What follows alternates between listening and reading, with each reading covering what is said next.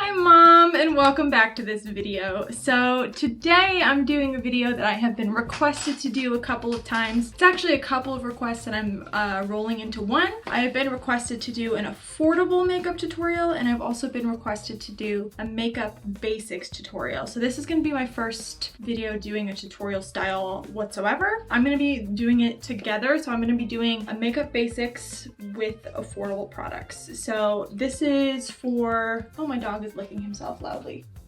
Could you not, sir? This is for the person who is maybe new to makeup or is new to makeup content or just getting into it or just wants some tips to help them learn some new things. That's what we're here for. And the way that I do makeup isn't the way that everybody does makeup. I'm just going to show you what works for me and what I like to do and what products that I enjoy using. So if you have different things that you like to do, that's perfectly okay. This is just going to be my personal spin on things. We're going to start with the base, and then we're gonna work from there. I haven't been wearing any makeup today. As you can tell, I am Madame Acne Scar. That's great. Usually I will always wash my face in the morning with a cleanser and use an eye cream and a moisturizer. So I think that skincare is the best base for your makeup. You can also use primer. I'm not going to use a primer today because I'm not the biggest face primer person. I am an eye primer person, and we'll get to that, but I'm not a face primer person. But if you're not aware what primer is, it's a lot of people's first steps. So it's kind of like you think about priming paint on a house. A lot of people use that same principle with their makeup. So you can buy primers that will mattify your skin if you're oily. You can find primers that will hydrate your skin if you're dry. Some that are for filling in pores. Some that are just for like evening out skin tone, that kind of thing. And I tried primers that I do like.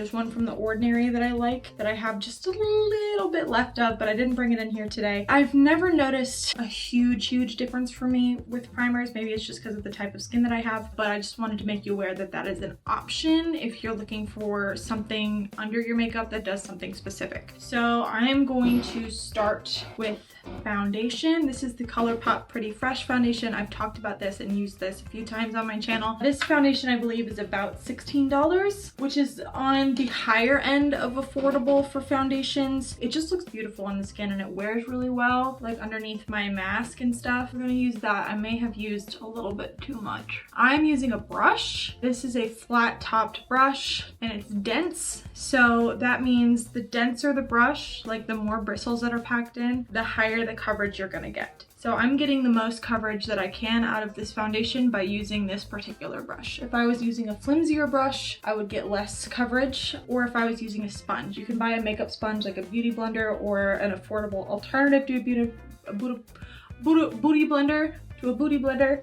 blender, and you can wet those sponges and use those, but those soak up a little bit more product. Usually you get less coverage out of a sponge, but the benefit of a sponge is that sometimes you can get a more natural finish and you don't have to deal with working out the streaks like you do with a brush. And I do look like Casper the Ghost, but once we add back in some pigment with blush and bronzer and all of that, I will look a little bit more normal. As you can see, I'm leaving my eyelids alone because I'm gonna put primer on my eyelids and I don't want this foundation underneath my eyeshadow because it's gonna make it crease. So as you can see, got a little bit on my lips. Before powder, before anything, this is like a medium coverage. You can still see some texture of my skin and a little bit of just a touch of redness, but it covered really pretty well. It looks really natural on the skin, especially once we get everything on top of it. You'll see how good it'll look. This is my first layer and how I do my foundation, and I was just doing buffing motions, which is what usually works for me, and then I'll kind of go back in and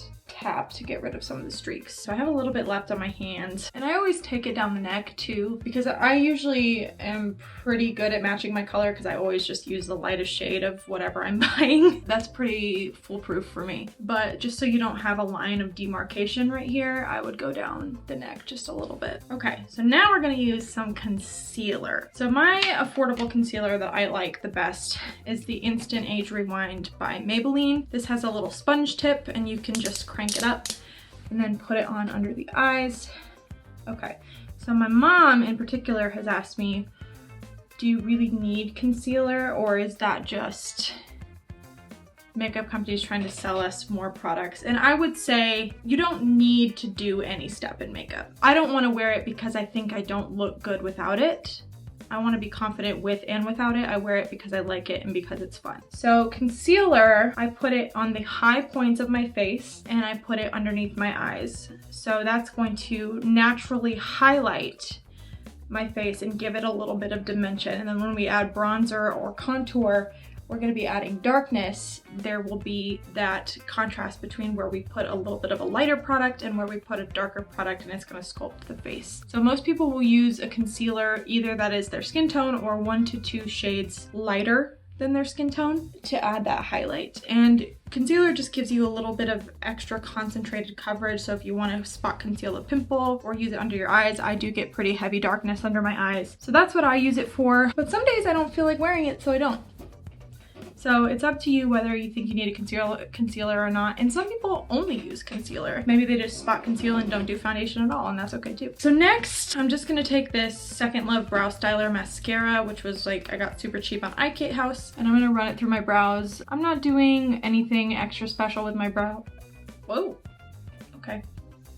That was nice. I'm not doing anything extra special with my brows. I do have brow pomades that I can use to like really work and shape the brows, but as you can tell, I have natural brows. They're there. Like, I don't have like bald brows. I've kind of gotten out of the habit of shaping them and just brushing them up with a gel and letting them look more natural. That's kind of what I've been into, but if you like an Instagram brow, go for it. It's just not really my style these days. So now I've let the foundation and the concealer sit a little bit, and they're still a little bit tacky, which means that you have some, like a little grip when you put your fingers on your face, and it transfers off a little bit. And then sometimes concealers will start to crease under your eyes and they'll get in the little lines underneath your eyes. So to prevent all of that, take away the tackiness and the transferring, we're gonna use a little bit of powder. So I'm gonna use this NK Makeup Perfection powder. It's also really cheap from my Kate House. It really works well at smoothing,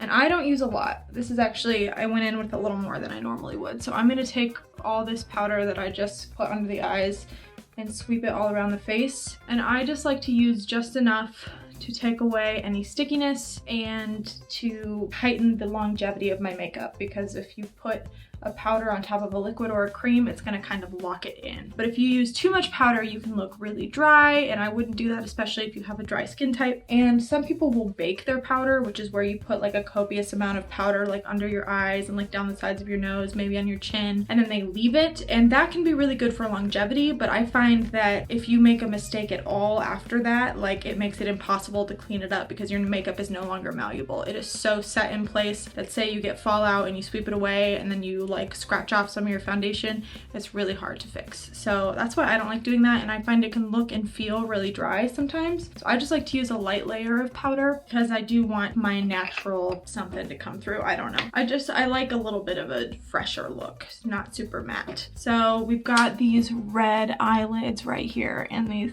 foundation lips, which are beautiful. A primer I do thoroughly believe in is eyeshadow primer. As you can see, if I relax my eyes, I have hooded eyes, which means that this little bit of skin comes over the eye and I have all these folds in my eyes. And because of that, I am really prone to my eyeshadow creasing and getting in the folds of my eyes and wearing away and becoming oily and just a hot mess. Eyeshadow primer is made to take care of that problem. Even if you don't have hooded eyes, it's meant to take care of that problem. It's something for the eyeshadows to stick to, it's something to make them more vibrant, and it's something to keep them from creasing. So if you're finding that your eyeshadow, even if you use like expensive bougie eyeshadow, that it's fading and it's creasing and it looks horrible by the end of the day, use an eye primer. This one from Milani is a good affordable one. Emily Noel 83 recommends this. I usually use the tinted one in Eden from Urban Decay. Now, some people don't set their eye primer with a powder because they want it to stay tacky so the shadows stick, but I like to use just a little bit, so I'm not even gonna dip back into my powder. I'm just gonna use what's left on this powder brush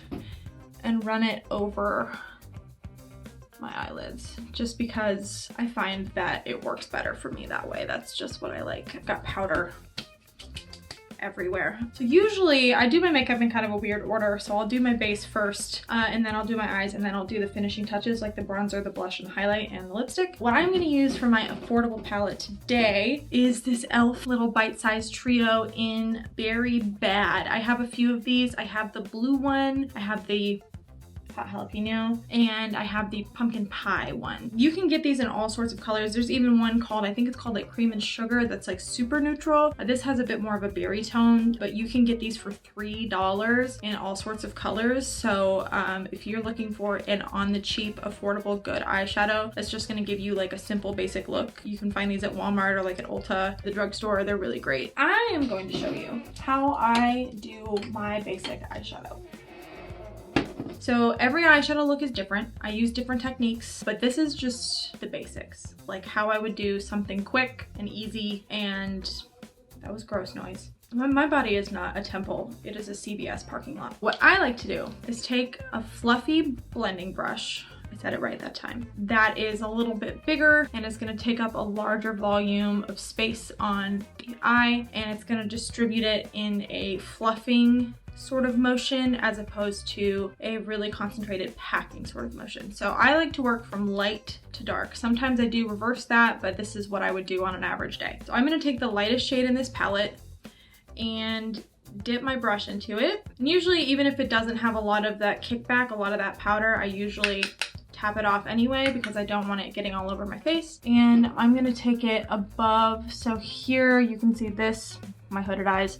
This is the crease of my eye. I'm gonna take it above that. And this is what we call the transition area. And a lot of people use what they call a transition shade, which is the lightest tone in your look. So this is a light pinky berry, and this is what's called my transition shade because this is going to help us transition to the deeper shades and make them look more blended and more like a soft gradient rather than just like, oh, now there's a bright red eyeshadow just stuck to your eye right in place. So we want everything to look really blended and diffused and kind of effortless, even though we are putting in a lot of effort. And I just use windshield wiper motions, and sometimes when I get out to the edge of my eye, I will use round buffing motions just to make sure I'm stopping the shadow where I want it to stop and not taking it out too far and getting that rounded shape, because a rounded shape is what works best on my eyes because my eyes are pretty round. So my eyes just kind of give, like they sort of lend themselves to that shape, if that makes sense. So we have our transition shade. Next, I'm going to use a smaller brush than the initial brush. So I kind of work from lightest to darkest and then from biggest brush to smallest brush. That's usually what I do. Most of my brushes are dirty. That is, if you're new to Looks by Lily, that's the norm. We're gonna take the second matte in here, which is the darkest matte. And a matte shadow just means a shadow that does not have any glitter or sparkle in it. It's just a flat pigment. And that's usually what we put in the crease of our eyes, because if you put shimmers up here, they just tend to not look right. It tends to catch the light in a weird way. It looks like that frosted 90s eyeshadow, and that's just not what you want. Since this shade is decently dark, at least on my skin tone it will be, I'm gonna put it on my smaller brush, and what I'm gonna do, I'm not gonna put it everywhere like I put that other shade. I'm gonna put it on the outer corner of my eye and then just kind of pack it up. And then I'm gonna put it about a third of the way over. And what I'm doing is I'm placing it first, and then I'm gonna go back and blend it. And with a brush that's smaller and more concentrated like this, we can put the pigment exactly where we want it. And you can see that these eyeshadows are just $3 and they show up true to color. They're letting me blend them. They have a nice vibrancy to them. So this is really a good, affordable little palette. And so what I'm gonna do is gonna go back into that first original brush and use it to blend. So I'm just gonna sweep over this like where it meets the eyelid and get rid of the harsh line there. And then I'm gonna pick up a little bit more of that baby pink and work this in.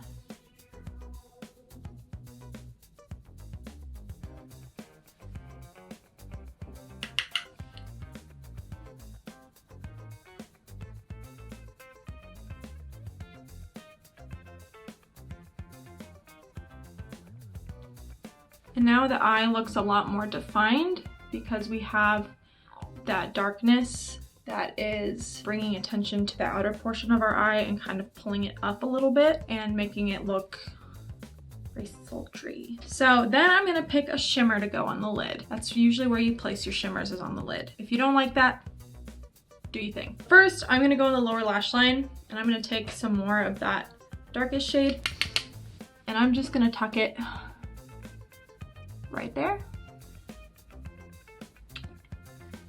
And my usual thing that I do is I do it on the first like 2/3, and then I leave this open for like a highlight shade.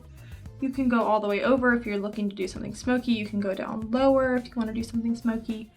This is what I would do on an average day. Okay, and now we've got 2 shimmers to pick from. We've got like this pinky berry and then this like more coppery tone. I think I want to go a little bit lighter, so I'm going to take the coppery tone, and I would either use the tip of your finger or a flat stiff brush like this to pick up shimmers. I like using my finger because it warms up the shadow and gets it to be a little bit more vibrant when you're putting it on the lid. A lot of people will take a setting spray and pack their brush full of a shimmer and then spray their brush with the setting spray, and that will make your shimmer stick really well too. Sometimes I find that that can make the texture a little bit weird and harder to work with, and I just prefer doing this. And some eyeshadows will pick up like crap on a brush, but they'll look beautiful if you apply them this way. So this is just kind of how I usually like to do it. Sometimes I do use a brush, but this is my favorite. Okay, and then we're just gonna take our original brush and go over everything so everything is really diffused and soft. Now I'm gonna put on my mascara. Normally I would curl my eyelashes, but my cat threw up on my eyelash curler, so I threw it away because I was like, even if I clean this, I'm not gonna forget that she threw up and I don't want to put it on my eye, so I threw it away. I'm gonna have to get a new one. But I'm gonna use this NYX On the Rise volume mascara. They call it a lift mascara. It's one of my favorite affordable mascaras. You probably know how to put mascara on, so this is not really a part of the tutorial, but this is a product recommendation because on the first coat it looks okay, but the nice thing about this is you can build it up to have a lot of coats and it will build up really nicely, and then you can get really nice big lashes. We're gonna have the editor speed through this.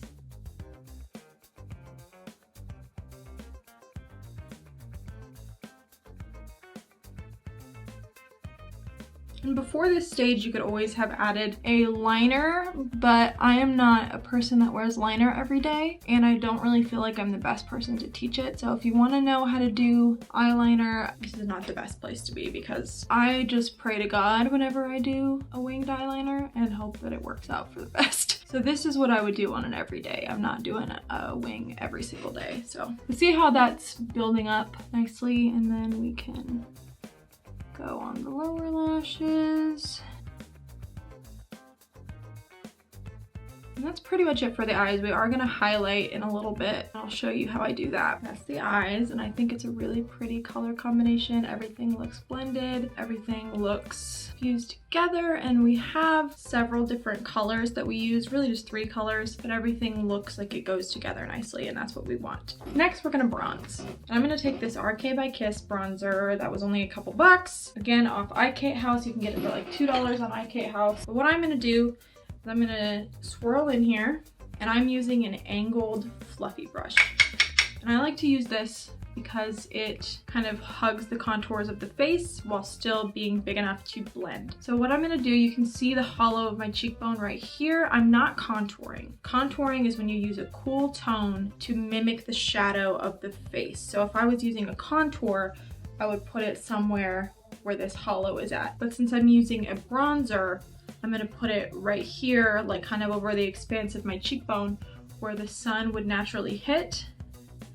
So we're adding, since we took away a lot of the color of the face with the foundation and smoothed out all that redness, we're bringing back in some color so that everything looks just more natural and healthy. And I take my bronzer over onto my cheekbones, or onto the apples of my cheeks rather, because I just like that look and I think it looks more complete on me. Some people don't like doing that, but I do. So I do bring it over there. I think Raw Beauty Christie does this too. And then I'll run a little bit on my chin. I'm not really contouring, but it kind of just evens out the tone so that we have a little bit of darkness there as well. And then I also put it on my forehead. on the perimeters, because that is also a place that the sun would hit and where you would naturally get a little bit of color. So that's why we do that.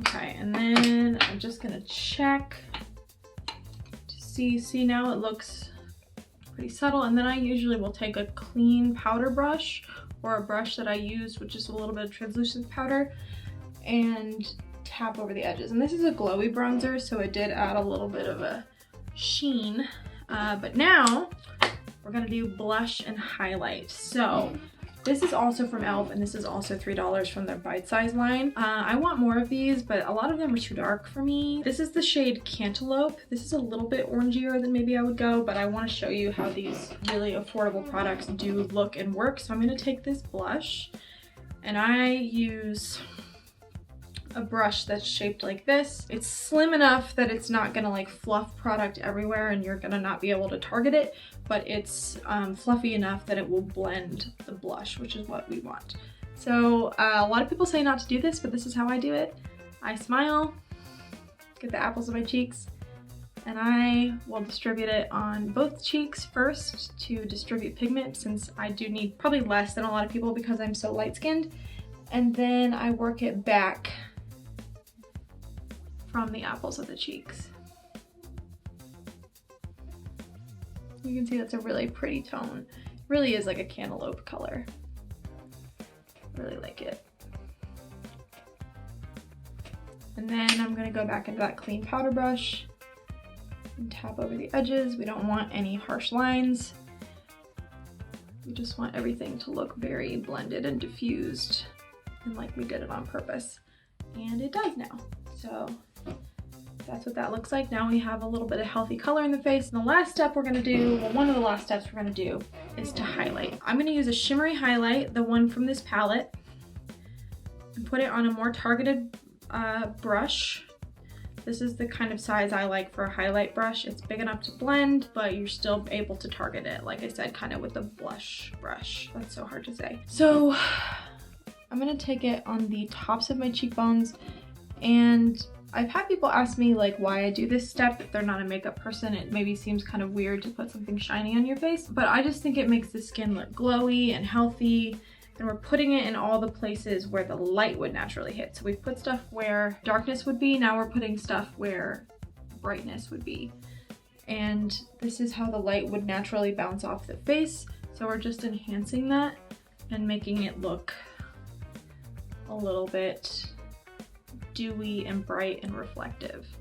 And people are probably gonna know if you do this step that this is not naturally what your skin looks like, but I don't really care. Like, this is a natural makeup look, but it's still a full face. Like, it's not a 5-minute makeup. This is like how I would do each step. Now, setting spray. We're gonna do setting spray. Don't use water. Use an actual setting spray. You can get one for just a few bucks from like e.l.f. or Wet n Wild like I have here. And this is just meant to melt all of the products into the skin, like melt all the powder so you don't have any powderiness, and to set things so they last longer. Great setting spray that's not affordable, but it is probably the best one I've tried, is the Urban Decay All Nighter. That will make your makeup basically bulletproof. So this one kind of comes off a little, it kind of comes out a little aggressively. And you can do this before mascara if you're worried about your mascara smudging, but usually it's not that big of a deal with this mascara, so I'm gonna just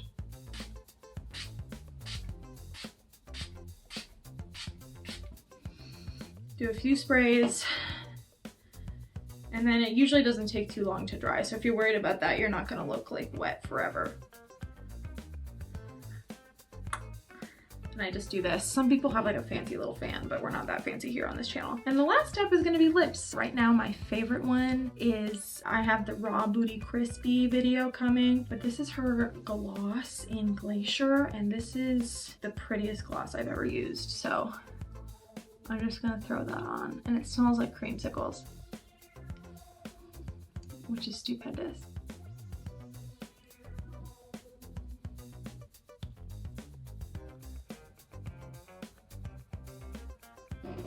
All right, and this, ladies and gents, is our, oh, close, is our natural, everyday, basic makeup look using affordable products. So let me know if you learned something, if you learned something that you didn't know, if these tips were helpful for you. I want to see if you do your makeup with my tips. If you want to send me a picture via Facebook or Instagram at Looks by Lily, let me know. But it has been fun to do my first tutorial in this way. So I hope that you learned something from it. I hope that you enjoyed this video. And if you like this kind of content, please like and subscribe and leave me a comment. So have a good day.